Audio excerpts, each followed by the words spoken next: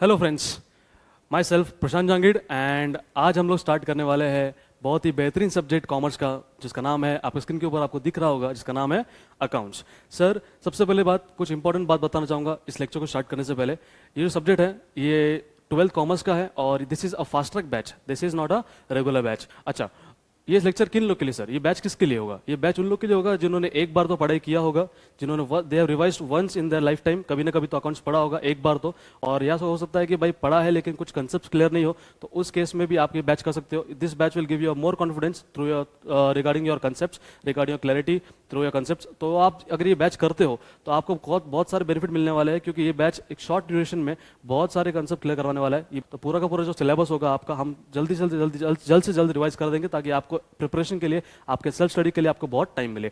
तो आइए शुरू करते हैं। अच्छा, before starting with this lecture, मुझे आपको बताना है कुछ इंपॉर्टेंट पॉइंट्स। तो सबसे पहले इंपॉर्टेंट पॉइंट ये है कि आपके कंटेंट्स क्या क्या होने वाले हैं, राइट? तो ये रहा आपके सामने कंटेंट्स, कि आपके कंटेंट्स आपके सिलेबस में क्या क्या आने वाला है। So here is the content of account syllabus fast track batch. तो कंटेंट ऐसा है कि आपके सामने 12 चैप्टर्स होंगे सर, आपके बोर्ड में एग्जाम में आने वाले 12 chapters. And the first chapter is introduction to partnership, जो आज हम स्टार्ट करने वाले हैं, basic chapter. And second chapter आपके सामने जो है वो है partnership final accounts. Third chapter admission of a partner. Fourth chapter है retirement of a partner. Fifth का नाम है डेथ ऑफ अ पार्टनर। उसके बाद है लास्ट पॉइंट डिसोल्यूशन। सर, यहाँ तक ही आपका जो 6 चैप्टर दिख रहा है आपको, चैप्टर नंबर 6, चैप्टर 1 से लेके 6 तक, 1 2 3 4 5 6, यहीं पे आपका पार्टनरशिप है। मतलब आप देख सकते हो there are 12 chapters, total 12 chapters में से टोटल 6 चैप्टर्स जो है वो पार्टनरशिप के एरिया में कवर्ड है। मतलब अगर आप चैप्टर पार्टनरशिप पढ़ लेते हो तो आपका 50% ऑफ सिलेबस यहीं पे खत्म हो जाता है। Is it right? तो चैप्टर 6 के बाद देखो क्या लिखा है, चैप्टर 7 का नाम है accounts of not for profit concern, जिसको हम बोलते हैं एनपीओ। नेक्स्ट पॉइंट लिखा है चैप्टर नंबर 8 का नाम है सिंगल एंट्री सिस्टम, बहुत सही है। नंबर 9 का नाम bills of exchange. And number 10 का नाम है कंपनी अकाउंट्स पार्ट 1, जिसमें हमने देखा था कि इशू ऑफ शेयर्स के रिगार्डिंग सारे अकाउंटिंग करने हैं अपने। और चैप्टर 11 का नाम है कंपनी अकाउंट्स पार्ट 2, जिसका नाम है अकाउंटिंग फॉर डिबेंचर्स। 11 12 आप बोल सकते हो कि सिमिलर है, बस थोड़ा बहुत अकाउंटिंग ट्रीटमेंट अलग है। लास्ट चैप्टर जो है एनालिसिस ऑफ फाइनेंशियल स्टेटमेंट्स, वो हम करने वाले। बट याद रखिए सर, ऐसा बोल सकते हैं कि सर हार्डवर्क से ज़्यादा आपको स्मार्ट वर्क करना पड़ेगा इस बैच के जरिए। क्योंकि सर ऐसा है कि आपको अगर पता चले कि विच chapter comes in which option, मतलब कौन से चैप्टर में क्या ऑप्शन में आता है, तो आपको जिस चैप्टर पे ऑप्शन पे ज़्यादा आपको कॉन्फिडेंस है। जैसे मैं आपको एग्जाम्पल देता हूँ, देखिए ये जो आपको दिख रहा है chapter 6 dissolution, chapter number 6 dissolution, ये डिसोल्यूशन का जो चैप्टर है ना, ये ऑप्शन में आता है company accounts part 1 and part 2 के ऑप्शन में। इसका मतलब ये है कि either you go for chapter 6 कर लो, 6 नहीं होगा तो आपको पढ़ना पड़ेगा 11 एंड 12, सॉरी 10 एंड 11। तो आपको सिंपल सी बात है, एक पढ़ लो, एक नहीं पढ़ना है तो 2 पढ़ना पड़ेगा, 11 12। तो अगर आपको कॉन्फिडेंस 6 में ज्यादा है तो 11 12 पढ़ने की जरूरत भी नहीं, क्योंकि ऑटोमेटिक इसका ऑप्शन में आने वाला है। तो आपको वही करना है जो आपको चैप्टर 6 पढ़ा है। और अगर आपको चैप्टर 6 पे कॉन्फिडेंस नहीं है तो आपको 11 एंड 12 करना पड़ेगा, क्योंकि एग्जाम में ऐसा होता है 11 भी आ सकता है या तो फिर 11 के ऑप्शन में 12 आएगा। ऐसा नहीं बोल सकते 6 और 11, 6 और 10 और 11, मतलब डिसोल्यूशन के ऑप्शन में कंपनी अकाउंट्स पार्ट 1 और कंपनी अकाउंट्स पार्ट 2, ऐसा नहीं। 6 के ऑप्शन में दोनों में से कोई एक आएगा, या तो पार्ट 1 आएगा या तो पार्ट 2 आएगा। तो आपको क्या करना, स्मार्ट स्टडी करना है कि भाई सिंपल सी बात है कि मुझे कौन से चैप्टर पे ज़्यादा मेरा क्या बोलते हैं उसको कॉन्फिडेंस है, और उस कॉन्फिडेंस के जरिए आपको पता चल जाएगा कि मुझे एग्जाम में ये अपेयर करना है या ये लिखना है, राइट? तो वो आपको पता चल जाएगा इस लेक्चर के दौरान। पर हम लोग जो है पूरा का पूरा 12 चैप्टर्स कराने वाले आपके साथ, तो आपको डिसाइड करना है कि भाई आपका चैप्टर कौन सा ज़्यादा अच्छा हुआ है, ठीक है? तो let us start with the first point, शुरू करते लेक्चर। अच्छा, कुछ और इंपॉर्टेंट बात है कि मैं स्टार्ट करने वाला हूँ चैप्टर 1, जिसका नाम था, क्या नाम है बोलो बच्चों बोलो, एक बार फिर से देखेंगे। चैप्टर नंबर 1 आपके सामने होने वाला है, chapter number 1 of 12th account, जिसका नाम है, बोलो क्या नाम है बोलो, introduction to partnership accounts. Introduction to partnership account इसका नाम है। आपको मालूम होगा what is partnership, right? Partnership का बैकग्राउंड तो आपको पता क्रिएट हो चुका है, बट हम लोग फिर से एक बार वापस से स्क्रैप से शुरू करने वाले हैं, पता चलेगा कि बैकग्राउंड होता क्या है, ठीक है? तो ये रहा अपना पार्टनरशिप के बारे में कुछ इंपॉर्टेंट बातें। शुरू करते हैं सबसे पहले। सो आपके सामने फर्स्ट क्वेश्चन आया कि भाई what do we are studying what, partnership. But शुरू करने से पहले लेट्स फोकस ऑन व्हाई, कि पार्टनरशिप आया क्यों, पहले क्या होता था और पार्टनरशिप आने से क्या चेंजेस आए हैं इस दुनिया में, इस वर्ल्ड में। पार्टनरशिप अभी नया नया एक्ट नहीं है, पार्टनरशिप वेरी ओल्ड एक्ट, बहुत पुराना है, लेकिन उसके पहले पार्टनरशिप आने की क्या जरूरत पड़ी, ऐसा क्या हुआ कि पार्टनरशिप को लाया गया। पर उसके पहले कुछ देखते हैं, कुछ इंपॉर्टेंट पॉइंट्स। आइए सबसे पहले देखिए, ये जो आपको मैडम दिख रही है, इनकी आंखों में खुशी दिख रही होगी आपको, राइट? ये उस जमाने की बात है जब पार्टनरशिप नहीं हुआ करता था, मतलब सारा का सारे लोग जो बिजनेस करते थे वो सारे लोग अकेले बिजनेस करते थे, जिसको हम बोलते हैं sole trading concern, right? Sole trading concern. Sole trading concern में क्या होता था सब, कि सारा का सारा प्रॉफिट जो है वो अकेला बेयर करता था, अकेला अकेला शेयर करता था, सारे लॉसेस को अकेले बेयर किया जाता था, सारे काम जो थे वो अकेले किया करते थे, सारे मैनेजमेंट अकेला का था, सारा ओनरशिप अकेले का था, कंट्रोल अकेला था, तो सारा का सारा जो बिजनेस था वो अकेले इंसान रन कर पा रहा था। तो ये जो हम लोग बात करने वाले कि वाई पार्टनरशिप, क्योंकि देखिए सर ये जो मैडम थी, ये मैडम का नाम था समझो मिसिस जेड या मिस जेड, इनका नाम है मिस जेड। अब जेड जो थी, जेड उन दिनों की बात है जिस दिनों में पार्टनरशिप नहीं हुआ करता था, तो अकेले जो बिजनेस किया करते थे उसको हम बोलते थे sole trading concern, right, sole trading concern. इसका मतलब ये है कि मैडम अकाउंट्स का काम भी खुद ही करती थी, फाइनेंस का काम भी अकेले होता था, मार्केटिंग का काम भी अकेले ही करती थी, purchase, sales, okay, production etcetera, all this activities are carried by single person. कोई और इंसान इनके साथ इनके बिजनेस में काम नहीं करता था, अकेले के सारा बिजनेस था, सारा अकेले जब बिजनेस कर रही थी, सारी एक्टिविटीज जब अकेले परफॉर्म कर रही थी, तो आपको पता लगता नहीं कि सर जब पैसा आएगा, जो रेवेन्यूज आएंगे वो रेवेन्यूज भी सब अकेले होंगे, क्योंकि किसी ने हेल्प किया नहीं, कोई साथ में पार्टनर था नहीं, कोई साथ में कोई दोस्त नहीं था, कुछ नहीं था, सारा का सारा प्रॉफिट अकेले का।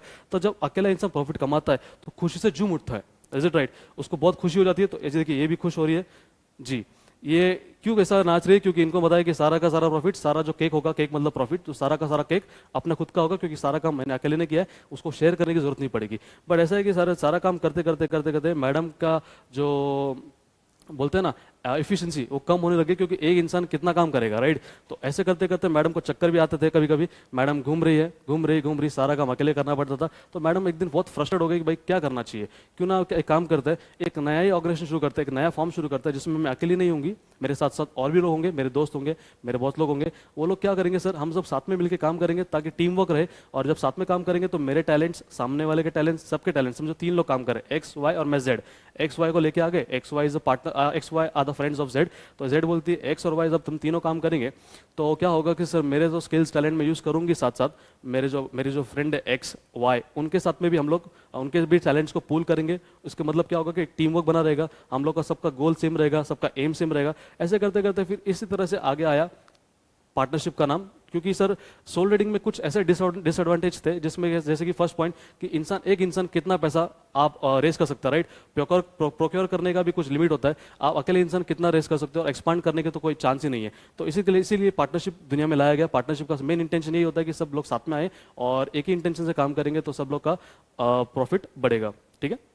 तो देखिए व्हाट इज पार्टनरशिप, अल्टीमेटली आपको मालूम पड़ चुका होगा कि पार्टनरशिप क्या होता है। एक टीम वर्क होता है जिसमें 2 और मोर पीपल, 2 से ज्यादा लोग आते हैं साथ में, कम से कम 2 लोग होने चाहिए, 2 लोग से ज्यादा लोग आते हैं और बिजनेस करते हैं। सबका गोल एक होता है, सबका टारगेट एक होता है, सबका एम एक होता है, इसी को हम पार्टनरशिप बोलते हैं। आपको दिख रहा होगा फोटो में कि बहुत लोग आ रहे हैं एक साथ, टीम वर्क के लिए आ रहे हैं। तो in short what we can call it is a team work, it is a team work, जिसमें क्या होता है टैलेंट्स को पूल करते हैं। It is a pool of talents, सबके एबिलिटीज, सबके स्किल्स, ओके, सबकी एफिशिएंसी, ये हर किसी के काम आती है। इन शॉर्ट जब सब लोग काम करेंगे तो अल्टीमेटली नाम किसका होगा, बिजनेस का होगा। तो बिजनेस के नाम के लिए सब लोग काम करते हैं, इनको हम क्या बोलते हैं बेटा, पार्टनर्स बोलते हैं, करेक्ट। आगे बढ़ते हैं sir. So what is partnership. अब सेशन शुरू करते हैं। अब बुक का जो कंटेंट होगा, आपके नोटबुक में आपको नोट्स जो मिले हैं, आपके इसमें लिखा होगा ऐसा चीज। तो पार्टनरशिप को हम लोग ने वैसे भी देखा जाए तो सर पार्टनरशिप बहुत बड़ा बोल सकते हैं आप इसको कि चैप्टर है, बहुत बड़ा सिलेबस है, क्योंकि स्टार्टिंग के 6 चैप्टर्स में पार्टनरशिप कवर हो चुका है। तो अभी हम क्या कर सकते हैं, इस पार्टनरशिप के चैप्टर्स को we have divided into 4 parts. Partnership के चैप्टर्स को we have divided into 4 parts. First part आपके सामने जो है वो है इंट्रोडक्शन टू पार्टनरशिप, जो आज हम स्टार्ट कर रहे हैं। तो first part what we can see on the screen is introduction to partnership. It is full of theory chapter. इसमें कोई भी प्रैक्टिकल सम नहीं है, प्रैक्टिकल सम है लेकिन वो एग्जाम में कभी आता नहीं, इसको आपको पता होगा। वो लास्ट में लिखा है methods of maintaining capital accounts, वो चैप्टर 1 में काम नहीं आता, चैप्टर नंबर 3 एंड 4 में काम आता है, 5 में काम आता है, एडमिशन रिटायरमेंट डेथ में। फिलहाल उसका काम नहीं, बट हम लोग क्या करेंगे, इसके जो हम लोग कल लेक्चर करने वाले लेक्चर नंबर 2, लेक्चर 2 में उसके सारे बातें हम लोग डिस्कस करने वाले हैं, राइट। सो चैप्टर 1 के अंदर फर्स्ट पार्ट जो हम डिस्कस करने वाले that is introduction to partnership. Next part जो होगा वो होगा partnership final accounts, partnership final account. इसके ऊपर एक कंपलसरी क्वेश्चन एग्जाम में आता है for 15 marks, there is no option, ये आपको करना पड़ेगा। और हम इसको इतना अच्छे से करवाएंगे कि सारे आपके एडजस्टमेंट एक मास्टर प्रॉब्लम बना के दे देंगे, तो वो एक बार आपने वो सम कर लिया तो आपके सारे फाइनल अकाउंट से सम कवर हो जाते हैं, राइट। आगे बात करेंगे चैप्टर नंबर 3, पार्ट नंबर जो 3 हमने डिवाइड किया है that is reconstitution of partnership. Constitution of partnership. तो चैप्टर 1 का नाम था इंट्रोडक्शन, जो हमने देख लिया। नंबर 2 का नाम है partnership final account, that is also we have seen. Number 3 का नाम है रिकॉन्स्टिट्यूशन ऑफ पार्टनरशिप। अब जब बात करता हूँ रिकॉन्स्टिट्यूशन के बारे में, there are 3 chapters consecutively. First का नाम है एडमिशन, उसके बाद है नेक्स्ट पॉइंट का नाम है retirement, retirement of a partner. Third वाला जो केस है उसका नाम है डेथ ऑफ अ पार्टनर। ये तीनों चीज हमने देखना है। ये तीनों चीज मतलब chapter 3, chapter 4 and chapter 5। Admission का चैप्टर नंबर 3 है, रिटायरमेंट का चैप्टर नंबर 4 है एंड डेथ का चैप्टर नंबर 5। ये तीनों का नाम है रिकॉन्स्टिट्यूशन ऑफ पार्टनरशिप, मतलब चेंज इन द एग्रीमेंट। ये तीनों के केस में आपको एग्रीमेंट चेंज करना पड़ता है, उसी को हम बोलते हैं रिकॉन्स्टिट्यूशन ऑफ पार्टनरशिप। ये भी हम डिस्कस करने वाले हैं आज। और लास्ट पार्ट जो हमने डिस्ट्रीब्यूट किया है इस पार्टनरशिप को, वो है लास्ट पॉइंट जिसका नाम है dissolution of a partnership. In short, business को बंद करना। स्टार्टिंग से लेकर अब तक ये है कि भाई बिजनेस ओपन किया, अकाउंट्स बनाए, आपने कॉन्स्टिट्यूशन किया, एडमिशन किया, रिटायरमेंट किया, डेथ किया, और सारा होने के बाद अल्टीमेटली जो लास्ट पार्ट है पार्टनरशिप का, चैप्टर नंबर 6 जिसका बोलते हैं हम, उसका नाम है dissolution of a partnership. Correct है? तो we have divided partnership chapter into 4 parts. Introduction, उसके पार्टनरशिप फाइनल अकाउंट्स, उसके बाद है रिकॉन्स्टिट्यूशन ऑफ अ पार्टनरशिप, इसके अंदर हम पढ़ेंगे एडमिशन, रिटायरमेंट एंड डेथ, और लास्ट पॉइंट का नाम है dissolution of a partnership. Let's move forward. इसका नाम है, नेक्स्ट पॉइंट जो है अपने पास पार्टनरशिप। अब पार्टनरशिप का मीनिंग क्या है अगर आपने शुरू करें तो partnership, what is partnership? Partnership को आप बोल सकते हैं कि partnership is an association of 2 or more people, 2 or more persons। Partnership is an association. भाई एक ऐसा बिजनेस जिसमें कम से कम 2 लोग चाहिए, 2 लोग से ज्यादा हो सकते हैं बट मिनिमम 2 लोग होने चाहिए। एक इंसान से बिजनेस शुरू नहीं होगा, क्योंकि एक इंसान को हम क्या बोलते हैं? Sole trading concern. तो 2 लोग होने चाहिए बिजनेस में, उसको हम बोलते हैं पार्टनरशिप। Minimum 2 people। आगे लिखा है sir, who agree to combine their financial resources. इसका मतलब क्या होता है कि जितने भी लोग आते हैं, अपने एग्जांपल में क्या था, एक्स वाई जेड थे, मेरा नाम जेड था, मेरे फ्रेंड का नाम एक्स और मेरे फ्रेंड का नाम वाई। हम तीनों लोग क्या हुआ, हम तीनों जब हम तीनों आए तो तीनों ने क्या किया, अपने अपने पास से जितना पैसा था, जितनी जमा पूंजी थी, सारे के सारे पैसे आके इन्होंने बिजनेस में लगा दिए, which is called as capital. मतलब क्या कि सबका फाइनेंशियल जो रिसोर्सेस है, मॉनेटरी, वो सब हमने लेके आ गए, और लेके आने के बाद सारा पैसा हम लोग ने यूज किया बिजनेस के लिए। इसको बोलते हैं to agree to combine their financial resources. साथ ही साथ बात की है and manager ability. Now what is manager ability? कि सर देखिए, एक्स के पास समझो कोई और टैलेंट है, मुझे परचेस अच्छा आता है, वाई के पास सेल का अच्छा नॉलेज है, और जेड के पास जो है अकाउंट्स का है, फाइनेंस का है। तो इसका मतलब क्या है कि तीनों अगर काम करेंगे तो उनको किसी और पर्सन को हायर नहीं करना पड़ेगा इस पर्टिकुलर काम के लिए। भाई अपने टैलेंट हम ही कर रहे हैं तो हम साथ में ही करेंगे कि और अलग इंसान आएगा, भाई परचेस के लिए उसको अलग बुलाओ, सेल्स के लिए अलग इंसान हायर करो, अकाउंट्स के लिए अलग करो, फाइनेंस के लिए अलग करो, तो बहुत कॉम्प्लेक्सिटी बढ़ेगी और अपना कॉस्ट बढ़ेगा। तो इससे भाई क्या है, देखो आपको जो काम आता है आप कर लो। तो इन शॉर्ट ऐसा है कि भाई आपकी जो एबिलिटीज है, आपके जो स्किल्स है और आपका जो टैलेंट है, हम उसको पूल कर रहे हैं, मतलब अपनी तरफ ले रहे हैं। इसका मतलब क्या है, पार्टनरशिप में क्या होता है कि सारे के सारे लोगों का जो टैलेंट है हम उसको पूल करते हैं, साथ में लेके आते हैं। वही लिखा हुआ है एंड मैनेजरियल एबिलिटीज। आगे लिखा है to operate a business and share profit and losses in the agreed ratio. सबका इंटेंशन सेम होगा कि सबको पैसा कमाना है, इन शॉर्ट सबको प्रॉफिट करना है। अब प्रॉफिट करना है तो सही बात है, प्रॉफिट तो होगा भी, बट अल्टीमेटली बात वहां पे आती है कि जहां प्रॉफिट हुआ तो प्रॉफिट डिस्ट्रीब्यूट कैसे करना है, तीनों में, एक्स में, वाई में, जेड में। तो सर प्रॉफिट डिस्ट्रीब्यूट करने के भी कोई तरीका होगा? जी हाँ, बहुत अच्छी बात है, तरीका है जिसका नाम है प्रॉफिट शेयरिंग रेशियो। एक रेशियो होता है जिसमें जो ऑलरेडी एग्री किया जाता है एग्रीमेंट की तरफ। एग्रीमेंट जब बनाते हैं हम लोग स्टार्टिंग में कि भाई एग्रीमेंट बना रहे हैं जिसमें हम लोग एक्स वाई जेड 3 पार्टनर्स है, हम लोग को जितना प्रॉफिट होगा हम लोग इस रेशियो में शेयर करेंगे, या तो इक्वल शेयर करेंगे या तो कोई रेशियो दिया जाएगा, एग्रीड रेशियो बताया रहेगा, राइट? तो उसके बारे में बात करने वाले कि पीएसआर होता क्या है, कैसे, चैप्टर 3-4 में आपको बताया जाएगा। ओके, नेक्स्ट पॉइंट जिसका हम बात करने वाले हैं वो है कि भाई इन इंडिया जैसी कंट्री में ये जो पार्टनरशिप है इसको गवर्न किया है एक एक्ट का नाम आपके सामने स्क्रीन के ऊपर होगा, जिसका नाम है the Indian partnership act 1932। The Indian partnership act 1932, मतलब ये act pass, this act was passed in the year 1932। अब मुझे बताओ कि सर आज बात करने वाले कुछ इंपॉर्टेंट कंसेप्ट के बारे में, इसका नाम है, आगे भी बात करने वाले, इसका नाम है डेफिनेशन। अब डेफिनेशन जब बात करेंगे, ये डेफिनेशन दिया किसी ने। अब डेफिनेशन किसका है? डेफिनेशन है पार्टनरशिप का। भाई what is partnership according to law? Law क्या बोलता है पार्टनरशिप का? लॉ कौन सा? अभी हमने बात की थी जिसका नाम था एक्ट का था कौन सा? The Indian partnership act 1932। उसमें डेफिनेशन दिया हुआ है। और डेफिनेशन कहाँ देते हैं सर? एक सेक्शन है, सेक्शन नंबर 4 है। ये थ्योरी के लिए बहुत इंपॉर्टेंट कंसेप्ट है कि सेक्शन नंबर 4 में डेफिनेशन डिफाइन किया गया है। और डेफिनेशन ऐसा है कि आप बोल सकते हो कि section 4 of the Indian partnership act 1932 defines as partnership is a relation between person. अब बताइए पार्टनरशिप क्या है? It is a relation between person, एक रिश्ता है लोगों के बीच में। It is known as partnership. जब 3 लोग थे एक्स वाई जेड, तीनों में जो रिलेशन था वो था पार्टनरशिप का, पार्टनर्स का रिलेशन, राइट? आगे बात करेंगे who have agreed to share the profits of the business. Who have agreed to share the profits of the business मतलब क्या है? एग्रीड मतलब होता है, can I say there is should be an agreement. अब एग्रीड मतलब होता है एग्रीमेंट होना चाहिए, और एग्रीमेंट को हम लोग बच्चों we called it as partnership deed. क्या बोलते हैं इसको बच्चों? Partnership deed. एग्रीमेंट को हम बोलते हैं पार्टनरशिप डीड। आगे बढ़ते हैं सर, आगे लिखा है who have agreed to share the profits of the business अब मुझे बताओ, लास्ट में लिखा है कैरिड ऑन बाय ऑल और any of them acting for all. इसका सिंपल मतलब ये है कि देखो समझो 3 पार्टनर्स हैं और तीनों पार्टनर्स अगर बिजनेस में अवेलेबल है तो तीनों एक साथ काम करेंगे, कैरिड ऑन बाय ऑल। और any of them acting for all मतलब इन शॉर्ट कि समझो एक्स वाई जेड में से एक्स और वाई प्रेजेंट नहीं है, किसी बिजनेस के सिलसिले में बाहर गए, तो बचा कौन? जेड। अब जेड क्या कर सकता है? एक्स और वाई को रिप्रेजेंट कर सकता है। Z can represent X Y on their behalf. अब एक्स और वाई को रिप्रेजेंट करना, इसका मतलब क्या है कि एक्टिंग फॉर ऑल, कि मैं उन सबको एक्ट कर रहा हूँ, उन सबके बिहाफ में काम कर रहा हूँ। समझो कोई क्लाइंट आता है और क्लाइंट एक्स और वाई का है, तो I can deal with the client, क्योंकि मेरा ऐसा डेफिनेशन बोला गया है कि भाई कैरिड ऑन बाय ऑल, सब लोग है तो सब लोग काम करेंगे, और सब लोग नहीं है तो I can act on behalf of other partners जो अवेलेबल नहीं है। इसका मतलब वही है कि partnership is relation between persons, ठीक है, who have agreed to share the profits of the business. बच्चों प्रॉफिट मतलब होता है नेगेटिव प्रॉफिट ऑल्सो, लॉस भी हुआ तो उनको शेयर करना पड़ेगा, डिस्ट्रीब्यूट करना पड़ेगा आपस में। आगे लिखा है कैरिड ऑन बाय ऑल और any of them acting for all. वापस डेफिनेशन एग्जाम में आ सकता है थ्योरी के लिए, एक बार फिर से पढ़ लेते हैं। बोलो what is the definition of partnership according to Indian partnership act 1932। आपको स्टार्ट ऐसा करना है, you have to start like section number 4। सबसे पहले बोलेंगे the Indian the Definition of partnership is defined by section number 4 of the Indian Partnership Act 1932। क्या कहता है? Partnership is the relation between persons who have agreed to share the profits of the business carried on by all or any of them acting for all। Very good। आगे बात करेंगे sir next point. देखिए sir next point आपको दिख रहा होगा photo, यहाँ एक मिस्टर राम है, इनका नाम है मिस्टर राम, इनका नाम है mister Shyam. Just give an example, बता दो आपको कि इसका कंसेप्ट क्या है। राम और श्याम अलग अलग काम कर रहे थे, तो अलग अलग जब काम करते हैं, अलग अलग जो काम करते हैं इंडिविजुअली, उनको हम बोलते हैं partners. We call it as partner. Shyam भी क्या होगा बेटा? एक पार्टनर होगा। अब क्या होता है अल्टीमेटली, राम कहता है कि एक काम करते हैं, मैं भी आपके साथ काम करने के लिए रेडी हो जाता हूं, तो क्यों ना हम लोग एक बिजनेस स्टार्ट करते हैं। तो राम आ जाते हैं बिजनेस करने के लिए। तो श्याम कहता है फिर एक काम करते हैं, आप मेरे दोस्त हो, आप जो बिजनेस करोगे मुझे भी आपके बिजनेस में शामिल कर लो। तो बोलता है मैं भी आ जाता हूं। When they collectively come together, इसको हम बोलते हैं पार्टनरशिप फर्म।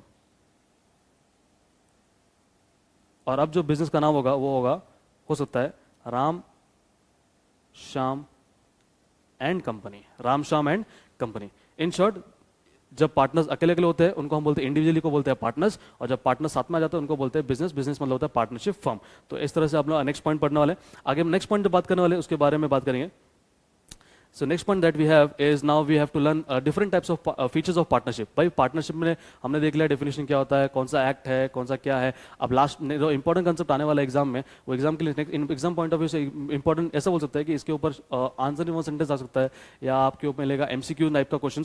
तो ये एक बहुत ही इंपॉर्टेंट कंसेप्ट है। Let us find the first point that is agreement. मुझे बताओ फीचर्स के बारे में बात करें तो फर्स्ट पॉइंट आपके सामने जो आ रहा है वो है एग्रीमेंट। अब बताओ एग्रीमेंट होता क्या है? सर एग्रीमेंट आपको पता है, एग्रीमेंट मतलब होता है एक नॉर्मली एक रिटन डॉक्यूमेंट जिसमें पार्टनर्स ने आपस में कुछ एग्री किया होगा, जैसे कि शेयर प्रॉफिट का शेयर कितना होगा, भाई कौन क्या काम करेगा, एक्सेट्रा। तो व्हाट इज एग्रीमेंट पढ़ते हैं। Partnership is form on the basis of an agreement between 2 और more persons to carry on business activities. Agreement में भी इन रिटन फॉर्म और in the oral form. Very important point. Agreement 2 type के होते हैं, written भी हो सकता है और ओरल भी हो सकता है। बट आप बताइए रिटन हो या ओरल हो, कौन सा इंपॉर्टेंट रहेगा? इंपॉर्टेंट मतलब कौन सा सेफ रहेगा?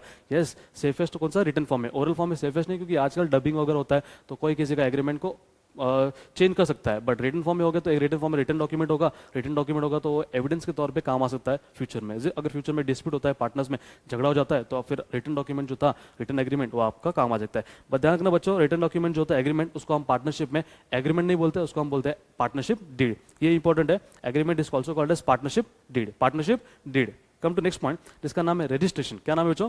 रजिस्ट्रेशन। अब बताओ व्हाट इज रजिस्ट्रेशन?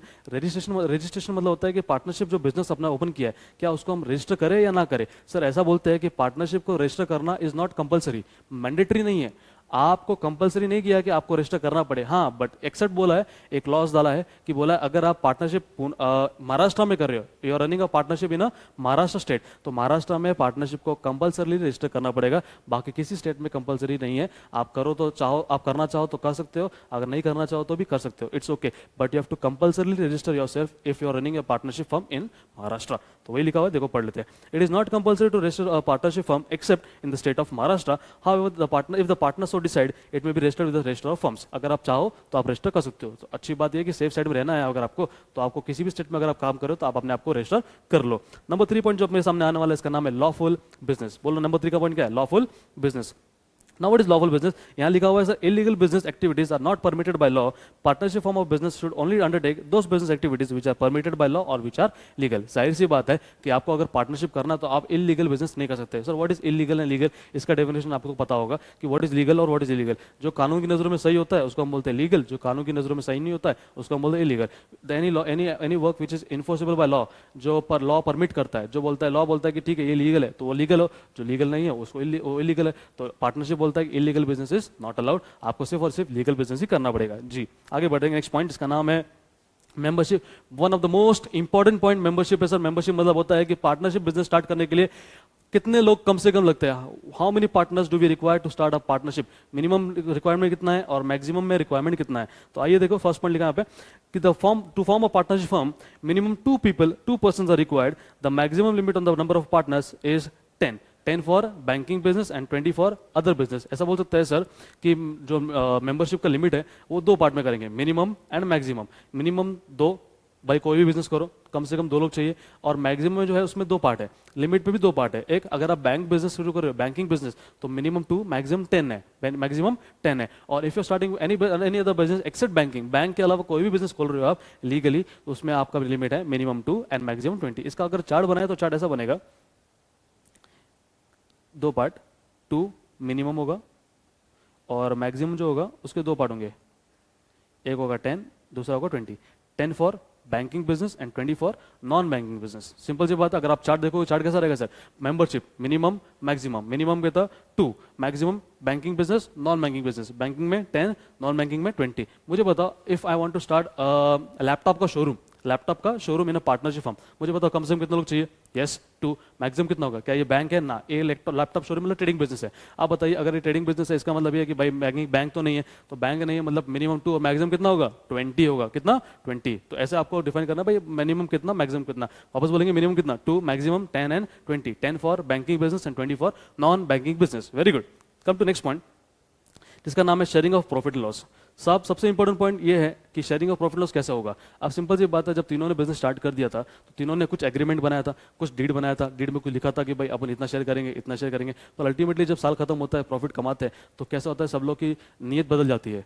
एग्रीमेंट को सब भूल जाते हैं. बट ऐसा है कि भाई अगर एग्रीमेंट बना रहेगा तो आप एग्रीमेंट भूल सकते नहीं. एग्रीमेंट को आपको फॉलो ही करना पड़ेगा. अगर आपने एग्रीमेंट नहीं बनाया है, अगर आपने नहीं बनाया हो, उस केस में आप, ऐसा नहीं है कि भाई कोई कितना भी ले सकता है. उस केस में जब एग्रीमेंट नहीं बनाया, if there is no partnership deed, तो पूरा का पूरा जो डीड नहीं होगा ना, तो सारा के सारे पार्टनर्स को एक्ट फॉलो करना पड़ेगा. एक्ट कौन सा? द इंडियन पार्टनरशिप एक्ट 1932, जो आपने स्टार्टिंग में देखा था, वो एक्ट फॉलो करना पड़ेगा. इन शॉर्ट ऐसा है कि if the partnership deed is prepared, follow the deed. Deed बनाओ, डीड फॉलो करो. अगर डीड है ही नहीं, या डीड है बट साइलेंट है, किसी भी पॉइंट पे साइलेंट है, साइलेंट मतलब उसके ऊपर क्लॉज लिखा नहीं गया है, तो उस केस में पार्टनरशिप एक्ट जो होगा वो प्रिवेल करेगा. पार्टनरशिप एक्ट जो होगा एप्लीकेबल हो जाएगा. ठीक है, यहाँ पे लिखा तो पढ़ते क्या है, there must be an agreement among the partners to share profit and losses in the business in agreed profit sharing ratio. In an agreed, what is agreed? जो उन्होंने एग्रीमेंट बनाते वक्त एग्री किया था भाई हम इतना इतना करेंगे, सबके म्यूचुअल कंसेंट से, उसको बोलते हैं profit sharing ratio, PSR. All partners of the firm will be entitled to equal share. Underline करो, इक्वल शेयर. इक्वल मतलब क्या होता है कि भाई अगर डीड नहीं बनाया, it is equal share in profit and losses.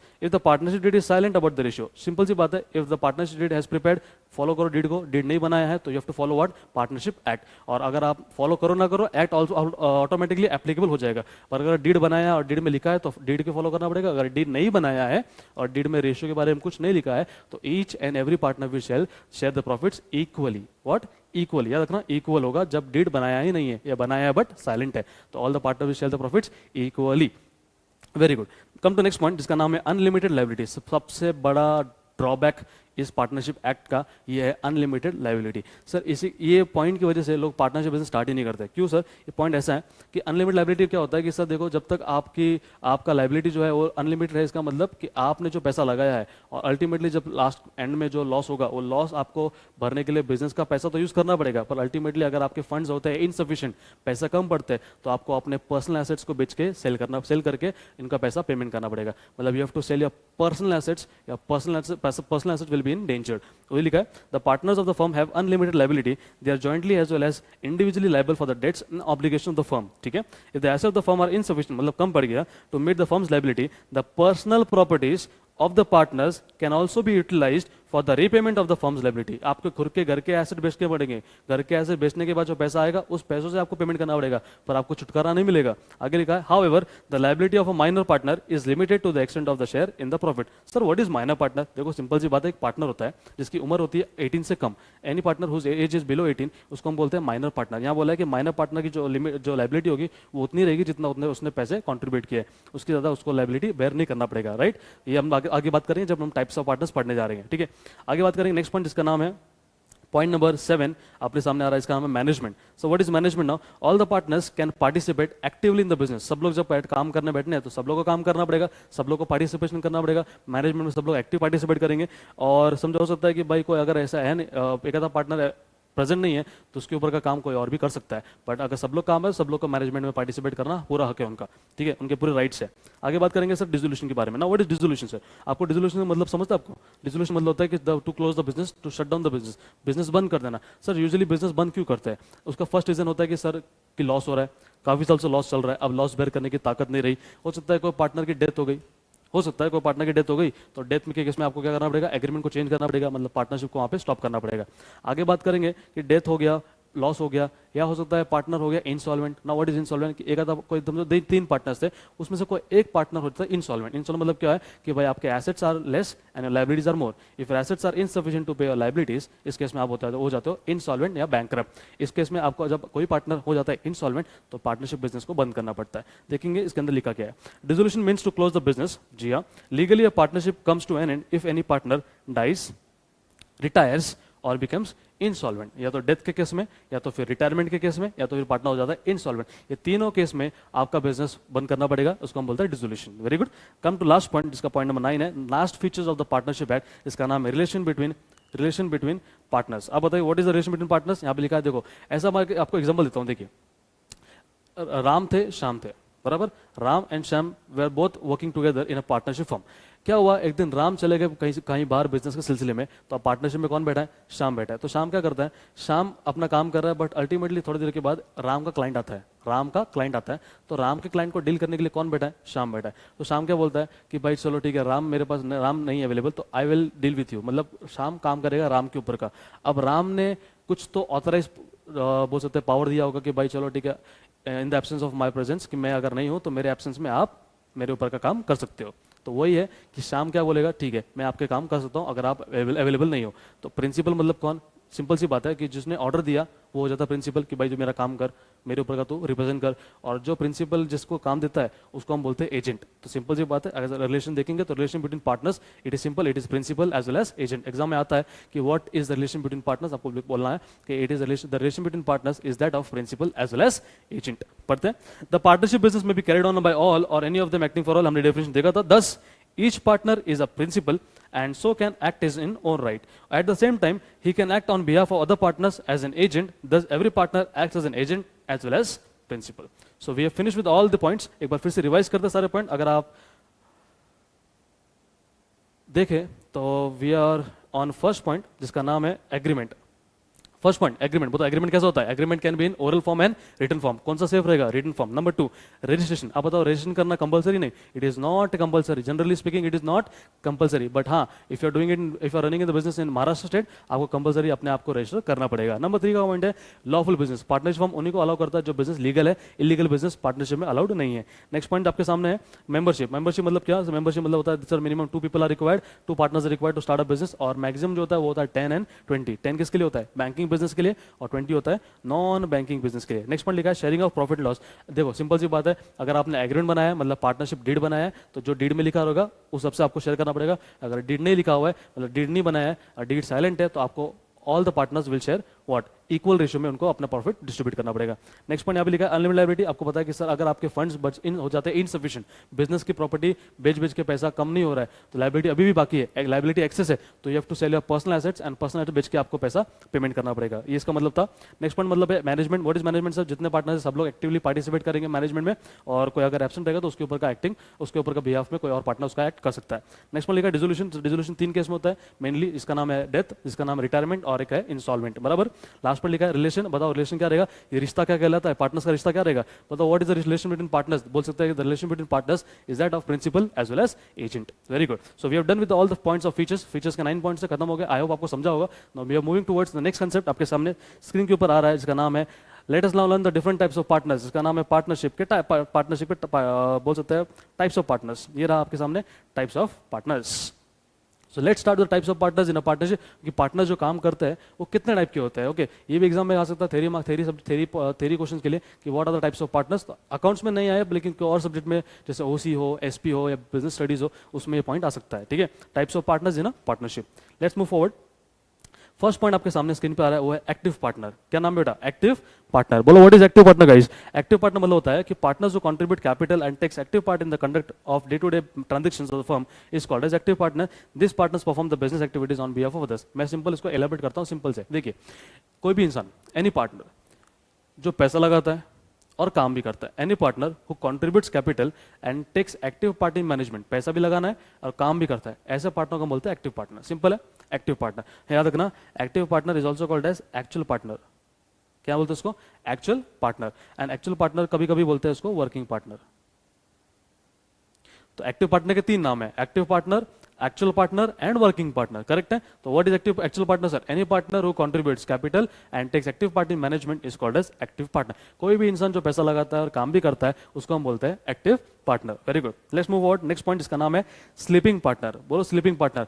नाम देख के अंदाजा मत लगाना स्लीपिंग मतलब क्या, वो नहीं है, कुछ और ही इधर लिखा है। स्लीपिंग पार्टनर मतलब क्या होता है, सिंपल है, यहाँ पे इसका मतलब है कि any partner who has contributed capital, पैसा लगाया है बट काम नहीं करता है, ये काम में मैनेजमेंट में पार्टिसिपेशन नहीं होता है इसका, पैसा लगाता है, पैसे इन्वेस्ट करता है लेकिन काम नहीं करता, इसको बोलते हैं स्लीपिंग पार्टनर। स्लीपिंग पार्टनर को हम लोग और एक पॉइंट बोलते हैं डॉर्मेंट। आगे आएगा देखिए, A sleeping partner is also called as dormant partner. याद रखना, this could come in your fill in the blanks theory के लिए, objective के लिए। Dormant partner, sleeping or dormant partners are those who do not take active participate in the management of the business. Such a partners only contribute capital in the firm and are bound by the activities of the other partners. However, they share in the profit and the losses of the business. In short, ऐसा है कि sir any partner who contributes capital but does not take active part in management, काम पैसा लगाता है but काम नहीं करता, ऐसे पार्टनर को हम बोलते हैं स्लीपिंग पार्टनर और डॉर्मेंट पार्टनर। करेक्ट है। कम टू नेक्स्ट पॉइंट, इसका नाम है nominal partner. Come to next point, ये बहुत इंपॉर्टेंट पॉइंट है, इसका नाम है नॉमिनल पार्टनर। सब नॉमिनल पार्टनर क्या होता है, नॉमिनल पार्टनर मतलब होता है कि any partner,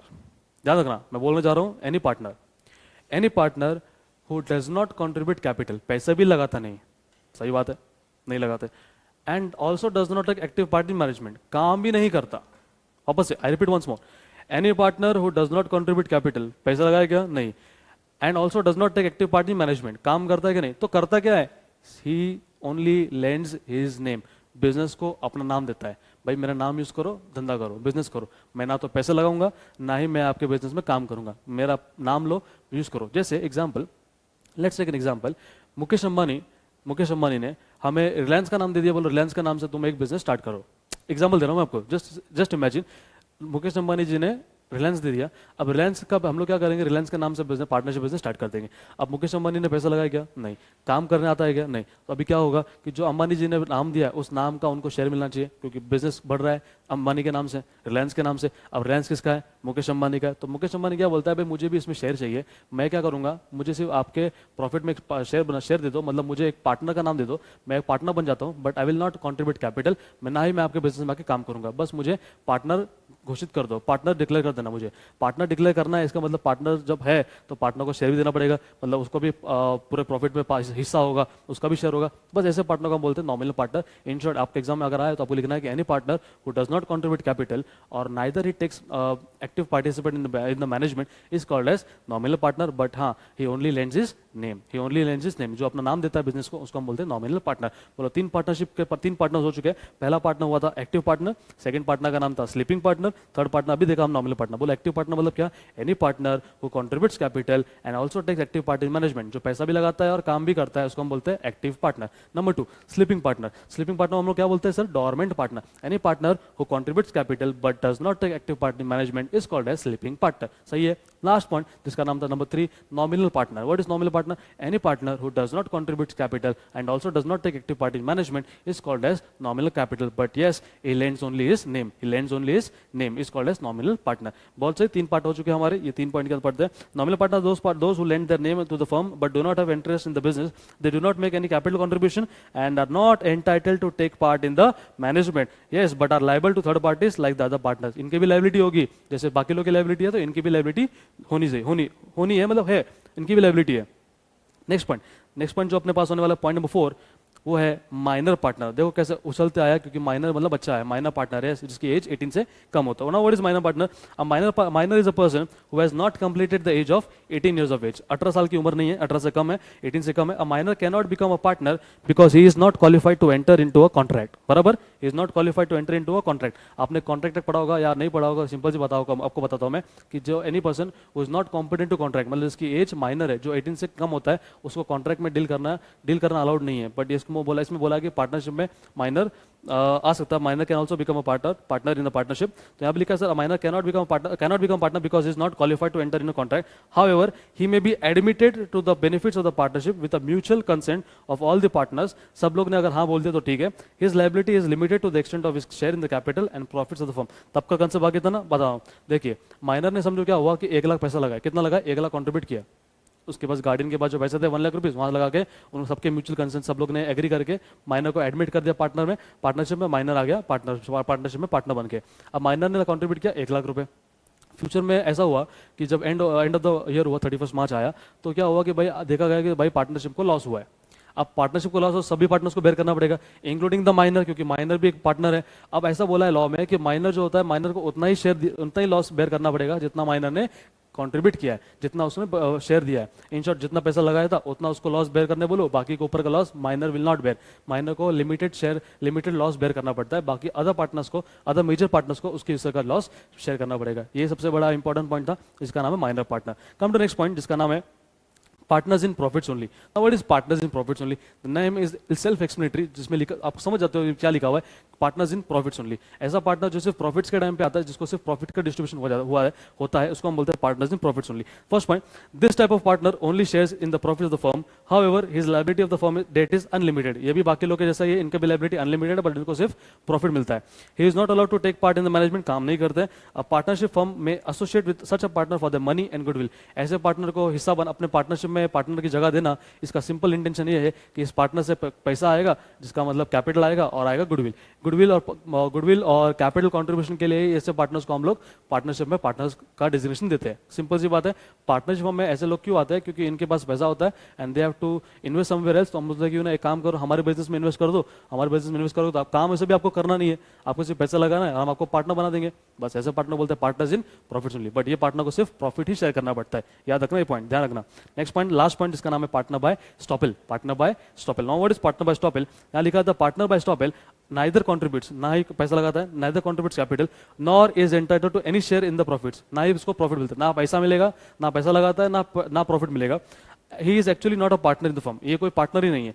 however any person who represent himself in front of the third party, ये अपने आप को ऐसे दिखाता है कि मैं पार्टनर हूं, but he is not actually a partner, इसे दिखाने के लिए, to show off the people, right, a partner of the firm because a partner by estoppel, इसको becomes a partner by estoppel. In short ऐसा है कि he is not a partner but he acts and behaves like a partner। तो last में लिखा ना, he acts and behaves like a partner, यही important है। Any partner who is not actually a partner but he acts and behaves like a partner for the third party, इसको बोलते हैं partner by estoppel. बोलेंगे 3 नाम starting से ऊपर से, सबसे पहले याद है 3, लास्ट स्लाइड वाला, yes, active partner, sleeping partner, nominal partner. Fourth point का नाम था minor partner, partners in profits only and partner by estoppel. Correct है? तो these are the 6 points, exam आ सकता है आपके लिए। बोलेंगे what are the types of partner, starting से active partner, sleeping partner, nominal partner, minor partner, partners in profits only and partner by estoppel. Correct है?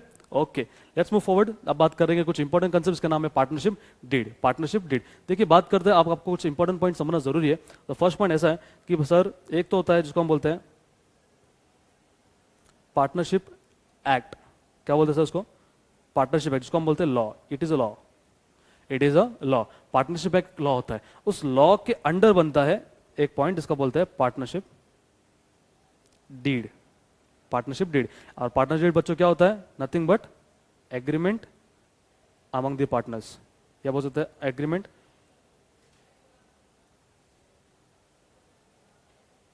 Between the partners. सबसे ऊपर सुप्रीम होता है पार्टनरशिप एक्ट, जिसको हम बोलते हैं लॉ।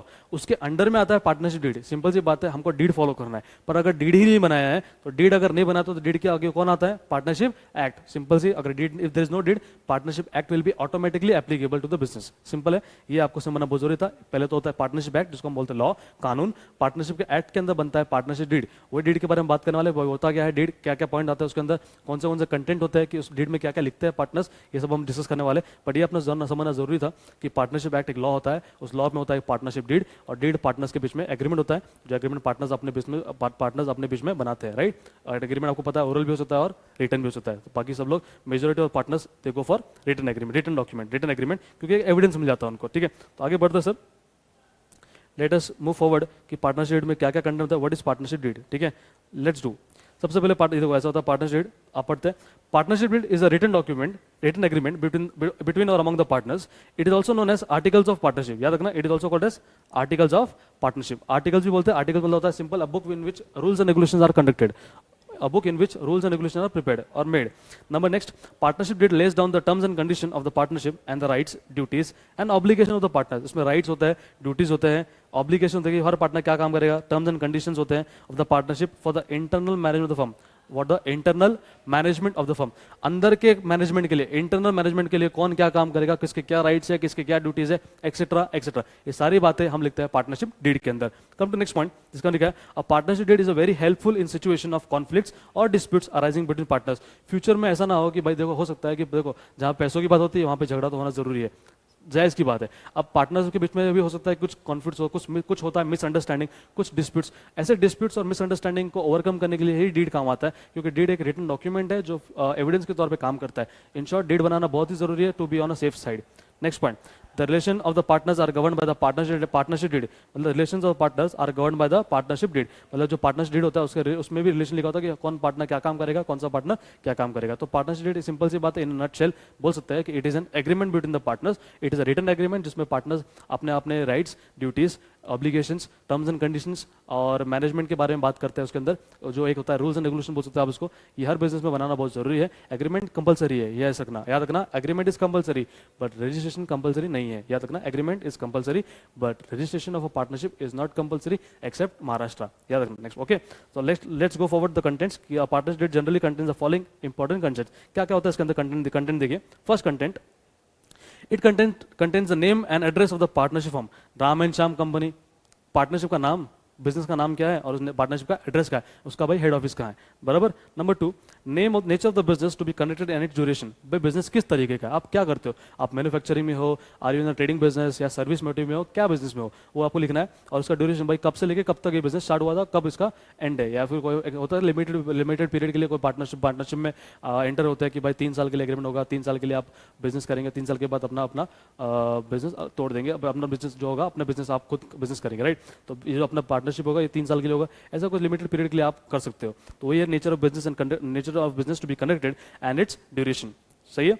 नेक्स्ट पॉइंट यहाँ पे लिखा है name, address and other information about the partners. Partners के बारे में कुछ जानकारी, जैसे कि पार्टनर्स का नाम क्या है, what is the name of the partners, उसके एड्रेस, उनके एड्रेस के बाद उनका इन्फॉर्मेशन जैसे पर्सनल डेटा, उनका ब्लड ग्रुप क्या है, उनका mobile number, email ID, contact details, emergency contact details, क्या करते हैं, सब एक्सेट्रा एक्सेट्रा सारे पॉइंट्स के अंदर आएंगे। नेक्स्ट लिखा था total amount of capital contribute by each partner. Simple सी बात है, आप पार्टनरशिप में पार्टनर बनाए तो इसने कुछ ना कुछ तो पैसे लगाए रहेंगे, कुछ ना कुछ तो कैपिटल कॉन्ट्रीब्यूट किया रहेगा। अब कितना कैपिटल कॉन्ट्रीब्यूट किया था, ये सारे के सारे पॉइंट्स डीड में मेंशन करना जरूरी है।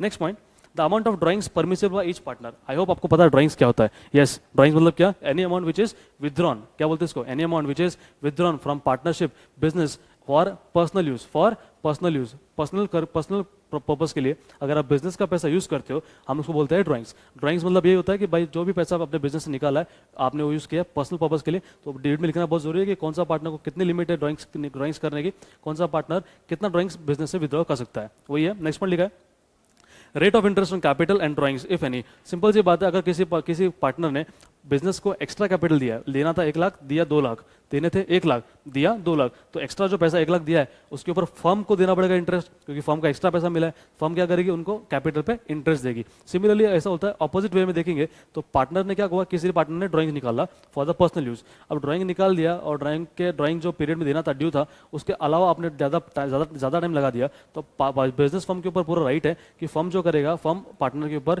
जो ड्राइंग्स निकाला उस पर्टिकुलर ड्राइंग्स के ऊपर इंटरेस्ट चार्ज करेगा, जो इनडायरेक्टली बिजनेस का इनकम है, बराबर है। जब इंटरेस्ट ऑन कैपिटल होता है तो एक बिजनेस का एक्सपेंडिचर है, क्योंकि अपन उसको पेमेंट करना पड़ता है पार्टनर्स को। Think from business point of view, firm point of view, आपको अकाउंटिंग करनी फर्म पॉइंट ऑफ व्यू से। फर्म के लिए देखेंगे तो interest on capital is an expense, क्योंकि कैपिटल पार्टनर का था, हमें उनको इंटरेस्ट देना पड़ेगा। अदर सिचुएशन में देखेंगे, अदर फ्रेंड्स में देखेंगे तो फिर जो ड्राइंग्स पार्टनर ने विद्रॉ किया है, अब पार्टनर को टाइम पे देना था, पार्टनर ने अगर टाइम पे नहीं दिया तो बिजनेस जो होगी वो ड्राइंग्स के ऊपर इंटरेस्ट चार्ज करेगी, मतलब इनडायरेक्टली इंटरेस्ट मिलने वाला ड्राइंग्स के ऊपर, it is an indirect income. तो याद रखना कितना ड्राइंग पे इंटरेस्ट होगा और कितना इंटरेस्ट कैपिटल होगा, ये भी आपको डेट में लिखना बहुत जरूरी है। नेक्स्ट पॉइंट बात करेंगे सर। नेक्स्ट पॉइंट जो मेरे पास है वो है partner share profit sharing ratio, जिसको हम बोलते हैं पीएसआर। व्हाट वी से इज पीएसआर, भाई आपस में कितना प्रॉफिट शेयर कर सकते हैं हम आपस में, उसको बोलते हैं प्रॉफिट शेयरिंग रेशियो। ये भी मेंशन बहुत करना है, सबसे इंपॉर्टेंट पॉइंट आई थिंक बोल सकता हूं इसको मैं, क्योंकि इसके अलावा बिजनेस स्टार्ट करना ही पॉसिबल नहीं है, क्योंकि कोई पार्टनर एग्री होगा नहीं, ठीक है। Profit sharing ratio of the partners. आगे लिखा है rate of interest on loan given by partners to firm. In short ऐसा है कि भाई कितना आपने समझो को लोन दिया बिजनेस को, any partner has given loan to the business, business को बोलता भाई एक्स्ट्रा पैसा आपके पास रखो, लोन के नाम से रख दो ना, आप मुझे इंटरेस्ट देते रहो टाइम पे। पार्ट हो सकता है जरूरी नहीं हर पार्टनर कैपिटल कंट्रीब्यूट करे, किसके पास एक्स्ट्रा पैसा रहेगा, एक्सेस कैपिटल है तो एक्सेस कैपिटल वो बिजनेस में लगा सकता है, उसको हम बोलते हैं लोन। अपना फर्म हैज टू पे इंटरेस्ट ऑन लोन, फर्म को देना पड़ेगा इंटरेस्ट, फर्म के लिए एक एक्सपेंस है, तो फर्म कितना परसेंट से इंटरेस्ट देगी, कितना परसेंट से लोन इंटरेस्ट ऑन लोन देगी, ये सब एक्ट डीड में लिखना बहुत जरूरी है। और हाँ, अगर डीड में नहीं लिखते हो तो अल्टीमेटली एक्ट एप्लीकेबल हो जाएगा, और एक्ट में कुछ इसके जो रेट्स है वो ऑलरेडी डिफाइन किए हुए हैं। तो हम बात करेंगे क्या रेट्स में, प्रोविजन बात करें, प्रोविजन जो पढ़ेंगे तो आई टेल यू कि इसमें कैसे आपको रेट्स कितना परसेंट से चार्ज करना पड़ता है और क्या इसके बारे में बात एक्स्ट्रा है। Next point, accounting and audit procedure firm, her business को अकाउंटिंग ऑडिट करना पड़ेगा, ये सिंपल सा तो टेक्निकल वर्ड है, टेक्निकली पॉइंट है कि अकाउंटिंग ऑडिट तो होना पड़ेगा, क्योंकि अल्टीमेटली लीगल फर्म है, तो इसको लीगली आपको देखा जाए तो पार्टनरशिप फर्म को भी ऑडिट करना पड़ता है, ठीक है। नेक्स्ट पॉइंट लिखा है methods of valuation of goodwill, goodwill को भी वैल्यू करना पड़ता है। अब गुडविल आपको पता है गुडविल क्या होता है कि समझो ऐसा है कि दो पार्टनर ने बिजनेस स्टार्ट किया, एग्जाम्पल देते हैं, they have started business in by the two partners. अब दो पार्टनर ने बिजनेस स्टार्ट किया, तीसरे पार्टनर को अगर आपको बिजनेस में लेना है, जिसको हम बोलते हैं admission of a partner, if you are willing to admit a new partner, अब न्यू पार्टनर जो आएगा वो कितना पैसा लाएगा बिजनेस में, कितना कंट्रीब्यूशन करेगा गुडविल के नाम से, तो उसको बोलते हैं गुडविल। गुडविल मतलब what we can say is it is a reputation of a business, it is a reputation of a business in a monetary terms, in a monetary terms. तो गुडविल का वैल्यूएशन बहुत जरूरी है, goodwill कितना लेके आएगा, कितना शेयर होगा गुडविल का, आपका कितना शेयर होगा, कि भाई गुडविल का वैल्यूएशन कितना है, कितना गुडविल हमने क्रिएट कर दिया है ऑलरेडी, इसको बोलते हैं मेथड एंड वैल्यूएशन गुडविल, जो आपको सिखाया जाएगा चैप्टर नंबर 3 में, करेक्ट है। Next point, provision for admission, retirement and insolvency of partner. भाई अगर एडमिशन करना है, रिटायरमेंट होना है, कोई पार्टनर हो जाता है insolvent, I will repeat, admission, retirement और इंसॉल्वेंसी, इन तीनों केस में आपको अकाउंटिंग ट्रीटमेंट क्या करना पड़ेगा और आपके कुछ प्रोविजंस आपको कौन से ध्यान रखने पड़ेंगे, ये डीड के अंदर लिखना बहुत जरूरी है। आगे, provision for dissolution of the firm and settlement of accounts of the dissolution, इसका मतलब है कि भाई डिसोल्यूशन के वक्त आपको क्या प्रोविजन क्रिएट करना पड़ेगा और आपके अकाउंट्स जो है उसको सेटल कैसे करना पड़ेगा, क्योंकि आपको पता है जब दुकान ही बंद हो रही है तो सारे बुक्स तो क्लोज करने पड़ेंगे, सारे अकाउंट्स क्लोज करने पड़ेंगे, तो उसका क्या ट्रीटमेंट होगा, उसको कैसे प्रोविजन आपको करना पड़ेगा, ये सारे पॉइंट आपको डिटेल लिखना है। फ्रैंकली स्पीकिंग, ये सारे जो पॉइंट हम डिस्कस कर रहे हैं it is for your knowledge. Exam में कभी ऐसा आज तक क्वेश्चन नहीं आया है कि भाई what are the contents of partnership deed, और ना ही आएगा, क्योंकि ये कोई इतना एग्जाम ओरिएंटेड इतना इंपॉर्टेंट नहीं है, बट आपको नॉलेज से के लिए याद रखना चाहिए प्रैक्टिकल वर्ल्ड में कि ये पॉइंट्स उसके अंदर आने चाहिए, तो फ्यूचर में आपको काम आ सकता है, राइट। आगे लिखा है sir division of work among the partners and remuneration commission if any. भाई सिंपल सी बात है कि पार्टनर्स में कौन सा काम डिस्ट्रीब्यूट किया जाएगा, कौन सा पार्टनर क्या काम करेगा और उसके अंदर क्या उनको क्या सैलरी मिलेगी, कितना कमीशन होगा, क्या what will be the remuneration etcetera, ये सब आपको डीड में लिखना बहुत जरूरी है। आगे लिखा है सर यहाँ पे methods of operating bank accounts and authority for signing out. In short ऐसा है कि अभी पार्टनरशिप बिजनेस ओपन किया है पार्टनर्स ने, तो उनके नाम का बैंक अकाउंट भी होगा। अब बैंक अकाउंट होगा तो उन लोग ज्वाइंटली ऑपरेट कर सकते हैं या इंडिविजुअली ऑपरेट कर सकते हैं, तो ये जो पर्टिकुलर पॉइंट है, क्लॉज है, ये आपको डीड में लिखना बहुत जरूरी है कि भाई दे ज्वाइंटली इसको आप ऑपरेट कर सकते हो या you going to operate individually, whatever it may be, right. Last point है, लास्ट पॉइंट जो हम पढ़ने जा रहे हैं वो है other terms and condition which are agreed by all the partners. और बहुत सारे पॉइंट हो सकते हैं जो पार्टनर्स को लगता है कि नहीं लिखना चाहिए, तो दे कैन राइट इट। ये पॉइंट, ये लिस्ट जो है ये एग्जॉस्टिव नहीं है, लिस्ट अभी भी बहुत सारे पॉइंट कवर कर सकती है, बट अभी मेन पॉइंट जो मैंने कवर कर लिया। और इसके बाद हम बात करेंगे नेक्स्ट पॉइंट जो बहुत इंपॉर्टेंट पॉइंट अपने सामने आ रहा है, इसका नाम है इंडियन पार्टनरशिप एक्ट के बारे में बात करते हैं। आइए पढ़ते हैं। तो इंडियन पार्टनरशिप एक्ट हमने ऑलरेडी बात की है, इंडियन पार्टनरशिप एक्ट का नाम क्या है, the Indian partnership act 1932। In the year 1932 this act was passed, in the year 1932, yes next point बात किया था, Indian partnership act is in force since 1932। कब से आया ये? 1932 से आया था। आगे बात करेंगे, and this act is applicable in the, ये बहुत इंपॉर्टेंट पॉइंट है, this act is applicable in the absence of partnership deed और in the partnership deed is silent on any specific point. In short ऐसा बात करते हैं कि अगर डीड बनाया है तो बहुत अच्छी बात है, you have to follow deed. Deed नहीं बनाया है, कौन सा डीड? Partnership deed. अगर एग्रीमेंट नहीं हुआ है तो आपको अल्टीमेटली आपके बिजनेस के ऊपर एक्ट जो है, एक्ट कौन सा? तो इंडियन पार्टनरशिप एक्ट 1932, ये एक्ट आपको एप्लीकेबल हो जाएगा बिना बताए, बिना मतलब ऑटोमेटिकली, सिंपल है। डीड बनाया तो डीड होगा, डीड नहीं है तो this act will automatically applicable to your partnership, और फिर जो एक्ट बोलता है वही आपको करना पड़ेगा। करेक्ट है, सिंपल सी लिखा, तो act is applicable in the absence of partnership. अगर पार्टनरशिप नहीं बनाया तो एक्ट एप्लीकेबल हो जाएगा, या पार्टनरशिप डीड बनाया है बट किसी स्पेसिफिक पॉइंट के ऊपर साइलेंट है, जैसे कि लेट्स टेक एन एग्जांपल कि प्रॉफिट शेयरिंग रेशियो के ऊपर डीड कुछ नहीं बात कर रहा है, या आपने रेशियो लिखना भूल गए आप डीड में, तो रेशियो के पॉइंट के ऊपर डीड इज साइलेंट, साइलेंट मतलब नहीं बात कर रहा है कुछ, तो उस केस में रेशियो के लिए एक्ट विल बी एप्लीकेबल। और एक्ट में लिखा है कि पार्टनरशिप डीड में अगर रेशियो नहीं लिखा हुआ है तो each and every partner will share the profits equally, फिर इररिस्पेक्टिव आपने कितना कितना काम किया है, आप कौन से पार्टनर हो, आपने कितना कैपिटल कॉन्ट्रीब्यूट किया है, आपने कितनी मेहनत की, इररिस्पेक्टिव सारे पार्टनर्स को इक्वली शेयर करना पड़ेगा, ऐसा एक्ट बोलता है। Correct. Next point, next point देखिए, तभी हम बात करने वाले कुछ इंपॉर्टेंट प्रोविजंस आपके सामने। तो इंपॉर्टेंट प्रोविजन ऐसा है कि सर जहां पे डीड काम नहीं करता या डीड नहीं बनाया है तो एक्ट विल बी एप्लीकेबल, और एक्ट क्या बोलता है ये आपको बताने जा रहा हूं। फर्स्ट पॉइंट आपके सामने आ रहा है, distribution of profits. Can you tell me what is the distribution of profits? जी हाँ, तो फर्स्ट पॉइंट आपके सामने है distribution of profits. In the absence of partners deed all the partners are treated as equal as they will be entitled to equal share in the profits and losses of the business. However if profit sharing ratio is given the profit and losses should be shared by the partners in the agreed ratio only. I repeat, इनका कहने का मतलब यह है कि sir अगर deed बनाया है तो डीड के हिसाब से फॉलो करो, and if there is no deed तो आपको फॉलो करने पे आपको क्या करना पड़ेगा, आपको डिस्ट्रीब्यूट करना पड़ेगा, you have to distribute all the profits in the equal ratio. Act simple बोलता है, डीड बनाया तो follow deed, if there is no deed, अगर डीड नहीं बनाया तो आपको फॉलो करना पड़ेगा पार्टनरशिप एक्ट 1932। करेक्ट है? जी हाँ, यस। तो फर्स्ट पॉइंट क्या था? Distribution of profits. What is distribution of profits? Simple है कि इफ देयर इज डीड, अगर आपने डीड बनाया तो डीड के हिसाब से फॉलो करो, and if there is no deed आपको फॉलो करना पड़ेगा, ऑटोमेटिकली आपका एप्लीकेबल हो जाएगा पार्टनरशिप एक्ट 1932, और वो कहता है कि the partner should get equal ratio in all profits. सारे पार्टनर्स को इक्वली डिस्ट्रीब्यूट करना पड़ेगा। तो आपको सबसे बड़ा याद रखना है कि आपके डीड के अंदर आपको प्रॉफिट मेंशन करना पड़ेगा, what is the profit sharing ratio. Come to next point जिसका नाम है interest on capital. Frankly speaking ये बोलता है कि सर अगर डीड में लिखा है आपको इंटरेस्ट ऑन कैपिटल मिलेगा तो मिलेगा, डीड मिला तो डीड फॉलो करना पड़ेगा। अगर if there is no deed, अगर आपने डीड ही नहीं बनाया है, याद रखना माय फ्रेंड्स, आपको एक्ट एप्लीकेबल हो जाएगा, और एक्ट बोलता है no interest is to be allowed on partners capital, no interest is to be allowed on partners capital. Act बोलता है कि partners will not get any interest on capital, जितना पैसा लगाया ठीक है, there is no provision of interest on capital. याद रखना, एक्ट बोलता है there is no provision on interest on capital. Deed बनाया तो डीड बोलेगा तो ओके, डीड में लिखा है मिलेगा तो मिलेगा, पर अगर डीड नहीं बनाया तो आपको एक्ट एप्लीकेबल हो जाएगा, और एक्ट बोलता है अगर एक्ट एप्लीकेबल हो गया तो एक्ट बोलता है there is no provision on interest on capital. Always remember. Next point लिखा sir, however if a provision is made in the partners deed then it should be given to the partners as per the agreement। खत्म, agreement में लिखा है तो फिर बनेगा, agreement में नहीं लिखा है तो आपको एक्ट एप्लीकेबल हो जाएगा, और एक्ट बोलता है there is no provision on interest on capital. जी, नंबर नेक्स्ट पॉइंट इसका नाम है इंटरेस्ट ऑन ड्राइंग्स। आपके सामने इंटरेस्ट ऑन ड्राइंग्स भी आ रहा है, ये इंपॉर्टेंट पॉइंट पढ़ लेते हैं। As per the act there is no provision for interest on drawings, वापस लिखा है no provision on interest on drawings. However if the partnership deed states that interest on drawing is to be charged then it should be charged as per the agreement। interest on drawing is to be charged for a period of 6 months, याद रखना, for the period of 6 months in cases where the total amount of drawing is given but the date of results are not available। I repeat, देखिए मैं आपको elaborate करता हूँ, simple देखिए।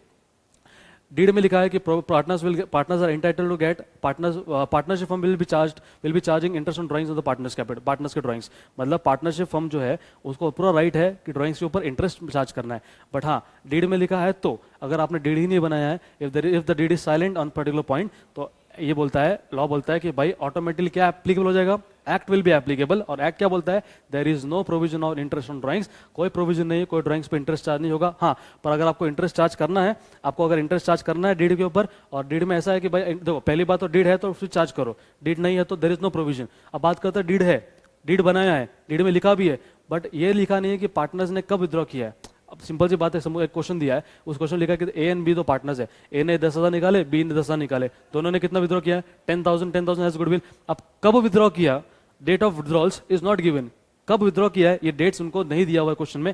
ऐसे case में जब when the date of withdrawals are not given, the partnership act बोलता है कि in this case when the date of withdrawals are not given, but amount दिया है, कितना दिया है, 10,000 एग्जांपल दे रहा हूं मैं, तो उस केस में आपको इंटरेस्ट ऑन ड्राइंग जो मिलेगा चार्ज करना पड़ेगा। Firm will charge interest on drawing at the rate of at for the 6 months. कितना मंथ बढ़े, 6 मंथ, साल भर का आपको चार्ज नहीं करना है। कब ऐसा केस एप्लाई होता है, व्हेन, सिंपल सी बात है, when there is no date of withdrawals are given. आपको डेट ऑफ विथड्रॉल्स नहीं दिया है तो याद रखना, जब डेट ऑफ विथड्रॉल्स नहीं देते हैं तो बोला जाता है कि 6 मंथ्स का आपको इंटरेस्ट ऑन ड्राइंग्स चार्ज करना पड़ेगा। 6 month, always remember 6 months. Yes, next में लिखा है कि भाई there is no provision interest drawing, अगर डेट नहीं बनाया तो फिर आपको इंटरेस्ट ऑन ड्राइंग्स मिलेगा नहीं, पर अगर बनाया है बट आपको ड्राइंग्स के डेट नहीं दिए कि कब निकाला है तो इस केस में आपको चार्ज करना पड़ेगा फॉर 6 मंथ्स। जी, नेक्स्ट पॉइंट और भी पॉइंट है जिसका नाम है इंटरेस्ट ऑन पार्टनर्स लोन, पढ़ते हैं।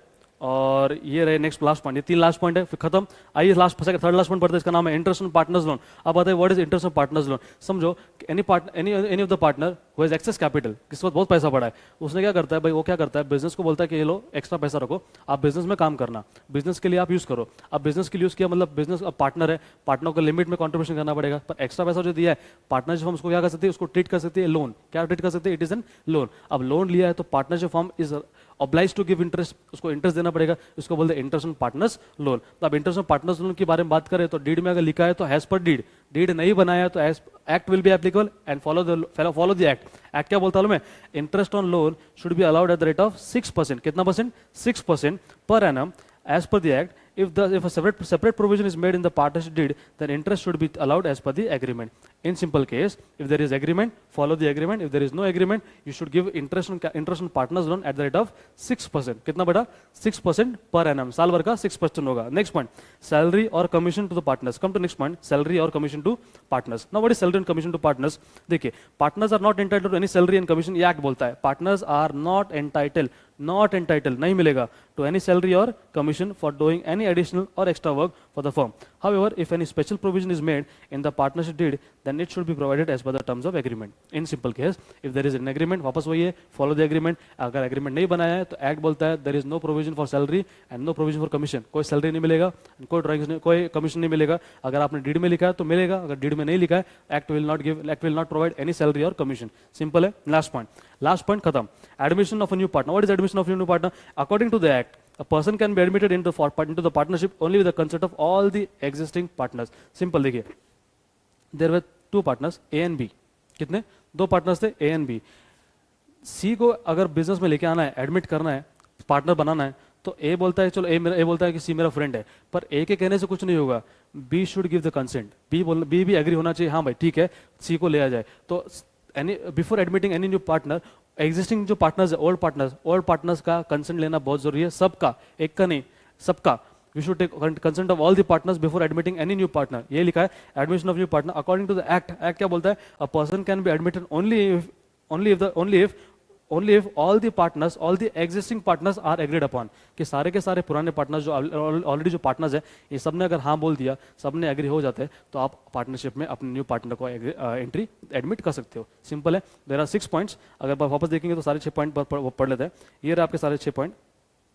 फर्स्ट पॉइंट का नाम है distribution of profit, next point का नाम था interest on capital, third point का नाम था interest on drawing. What is distribution of profit, कि अगर डीड बनाया तो डीड केसेस फॉलो करो, अगर डीड नहीं बनाया तो सबको इक्वल मिलेगा। नंबर 2 इंटरेस्ट ऑन कैपिटल, कि there is no provision on interest on capital, deed में लिखा है तो मिलेगा, पर एक्ट बोलता है नो प्रोविजन। आगे लिखा है इंटरेस्ट ऑन ड्राइंग्स, डीड में लिखा है तो मिलेगा, अगर डीड ही नहीं बनाया तो एक्ट बोलता है कि sir there will no interest on drawings. हाँ, बट डीड में अगर लिखा है बट आपको डेट ऑफ ड्राइंग्स नहीं दिया है तो आपको चार्ज करना है interest on drawings for 6 months, बराबर। नेक्स्ट पॉइंट अगर बात करूं मैं, नेक्स्ट पॉइंट में लिखा है यहाँ पे interest on partners loan and salary और commission to partners, admission new partner. What is interest of partners loan, कि भाई किसी पार्टनर ने अगर एक्स्ट्रा पैसा दिया है एज अ लोन तो फर्म को देना पड़ेगा इंटरेस्ट, एंड फर्म चार्ज करेगी interest, firm will give the interest at the rate of 6% according to the act. Deed में जो लिखा रहेगा उस डीड के हिसाब से दो, अगर डीड में कुछ नहीं लिखा है इसके बारे में एक्ट बोलता है प्रोवाइड फॉर 6%। नेक्स्ट पॉइंट लिखा है सैलरी और कमीशन, डीड में बोला है सैलरी देना है, कमीशन मिला है, कमीशन देना है तो मिलेगा, पर अगर डीड नहीं बनाया तो एक्ट बोलता है कि sir there is no provision for salary और कमीशन, कोई सैलरी नहीं मिलेगा, कोई कमीशन नहीं मिलेगा। लास्ट में लिखा है admission of a new partner, sir any new partner can only be admitted only if all the existing partner will give the consent. पुराने वाले ने हाँ बोल दिया, पुराने वाले लोगों ने हाँ बोल दिया, सबने तो ये न्यू पार्टनर को एडमिट हम बिजनेस में कर सकते हैं. तो ये थे सारे provision of the partnership act. Partnership act कब एप्लीकेबल होता है और किस में क्या बात करता है, ये सारे 6 पॉइंट हमने बात कर ली. एग्जाम पॉइंट ऑफ व्यू से बहुत इंपॉर्टेंट थे और सम्स जब प्रैक्टिकल सॉल्व करेंगे उसमें भी बहुत इंपॉर्टेंट पॉइंट होंगे इसके. ठीक है, come to next point sir. Last concept बोल सकते हैं इसको हम, methods of maintaining capital account. एक प्रैक्टिकल पॉइंट ऑफ व्यू से है, इसको हम नेक्स्ट लेक्चर में सॉल्व करेंगे. फिलहाल एक चार्ट देख लेते हैं कि there are how many methods to solve partners capital account. एक अकाउंट है, इसका नाम है कैपिटल अकाउंट, जिसमें हम सारे पार्टनर्स के रिलेटेड जो ट्रांजेक्शन होते हैं, जैसे पार्टनर ने कितना कॉन्ट्रीब्यूट किया, कितना विद्रॉ किया, salary, commission, interest on drawings, interest on partners loan, interest on capital etcetera, profit loss, सब कुछ ये सब रिकॉर्ड करने के लिए there are two methods of preparing capital accounts. आपके सामने है. फर्स्ट मेथड जो होगा वो होगा fixed capital method and second method का नाम है फ्लक्चुएटिंग कैपिटल मेथड. बोलो फिर से एक बार. फर्स्ट मेथड का नाम है fixed capital method and second method is what, fluctuating capital method. Fixed capital method में फिर से 2 पार्ट आते हैं. There are 2 sub parts in fixed capital. अगर फिक्स्ड कैपिटल यूज कर रहे हो तो you have to prepare 2 accounts. पहले अकाउंट का नाम है partners capital account and second account का नाम है partners current account. I repeat, methods of maintaining capital accounts are of 2 types. 2 method, fixed capital method and fluctuating capital method. Fixed में there are 2 parts, partners capital account and partners current account. Where as अगर आप fluctuating use कर रहे हो तो आपको सिर्फ एक ही अकाउंट बनाना पड़ेगा और वो होगा partners capital account. Partners capital account. I hope this is clear. Correct है, आपको समझ गया कैसे करना है. इसका प्रैक्टिकल पॉइंट आपको नेक्स्ट लेक्चर में सिखाऊंगा कि कैसे आपको पार्टनर्स कैपिटल बनाना है, how do we prepare partners current and what is partners capital according to fluctuating capital method. I hope this is clear. तो इतना आज हम बात करने वाले थे लेक्चर में कि सारा basic part of theory part of first chapter. एक बार आप चाहो तो फिर से रिवाइज कर सकते हैं हम लोग सारे पॉइंट. आप रेडी हो guys? Are you guys ready? Okay, तो फर्स्ट पॉइंट हम लोग बात करने वाले स्टार्टिंग से. सबसे पहले मुझे बताओ which act is applicable to Indian partnership. बोलो एक्ट का नाम बोलेंगे सर एक बार. एक्ट का नाम अगर पूछो आपको तो what is act sir? Act बोलो जी. Act the Indian partnership act 1932. Yes, बहुत सी बात. The Indian partnership act 1932 act का नाम है. मुझे बताओ कि sir there are how many types of partners. कितने types of partner sir? 6 types of partner. बोलिए फिर से एक बार. There are 6 types of partner. मुझे बताओ 6 टाइप्स कौन से. एक का नाम था एक्टिव. एक्टिव को क्या बोलते हैं? एक्चुअल और वर्किंग. करेक्ट है. नेक्स्ट नाम बोलो क्या सा. एक्टिव के बाद नेक्स्ट पॉइंट होता है स्लीपिंग पार्टनर. उसके बाद नॉमिनल पार्टनर. करेक्ट और नॉट? फिर बोलो पॉइंट नंबर 4 क्या पड़ता? माइनर पार्टनर जिसकी एज 18 से कम होती है. फिफ्थ पॉइंट का नाम था partners in profits only and last point था partner by estoppel. Very good. बात करते हैं उसके बाद फीचर्स के बारे में बात करते हैं. फर्स्ट पॉइंट था एग्रीमेंट. एग्रीमेंट कैसा होना चाहिए? ओरल और रिटर्न. कौन सा अच्छा रहेगा? रिटर्न रहेगा to be on safe side. Number 2 registration. Compulsory नहीं, it is not compulsory. Yes, but in Maharashtra it is compulsory. Number 3 what is number 3? Lawful business. Business should be conducted legally. Illegal business are not allowed in partnership. Next point number 4 जो था वो है membership. बोलो minimum कितने लोग चाहिए partners लगते हैं? 2. Minimum 2, maximum 10 and 20. 10 for banking business and 20 for non banking business. सही बोल रहे हो आप. नेक्स्ट पॉइंट का नाम था सर कि भाई पार्टनर्स डिस्ट्रीब्यूट कैसे करते हैं प्रॉफिट लॉस को. कि भाई sir there is a agreement called as partnership deed और डीड में जो लिखा रहेगा उसके हिसाब से आपको डिस्ट्रीब्यूट किया जाएगा. If there is no deed each and every partner will get equal share in the profits. Correct है. नेक्स्ट पॉइंट का नाम बोलेंगे सर. नेक्स्ट पॉइंट क्या था? Relation between the partners. ये रिश्ता क्या कहलाता है? What is the relation between partners? Partners के बीच में रिश्ता क्या होगा? आपको बोलना है the relation between partners is that of principal as well as agent. जो ऑर्डर देता है वो प्रिंसिपल और जो उसको ऑर्डर को फॉलो करता है, जो उसको रिप्रेजेंट करता है, उसको फॉलो करता है उस ऑर्डर को, उसको बोलते हैं एजेंट. तो the relation between partners is that of principal as well as agent. तो ये बातें हमने बात की थी फर्स्ट चैप्टर के बाद. एक बार फिर से आप अगर चाहते हो इसको आप रिवाइज कर सकते हो. सारे नोट्स में आपने सारे पॉइंट्स दिए हुए. और if there is any doubt you can ask me in a comment section. और मेरा नंबर आप चाहो तो you can take my number also.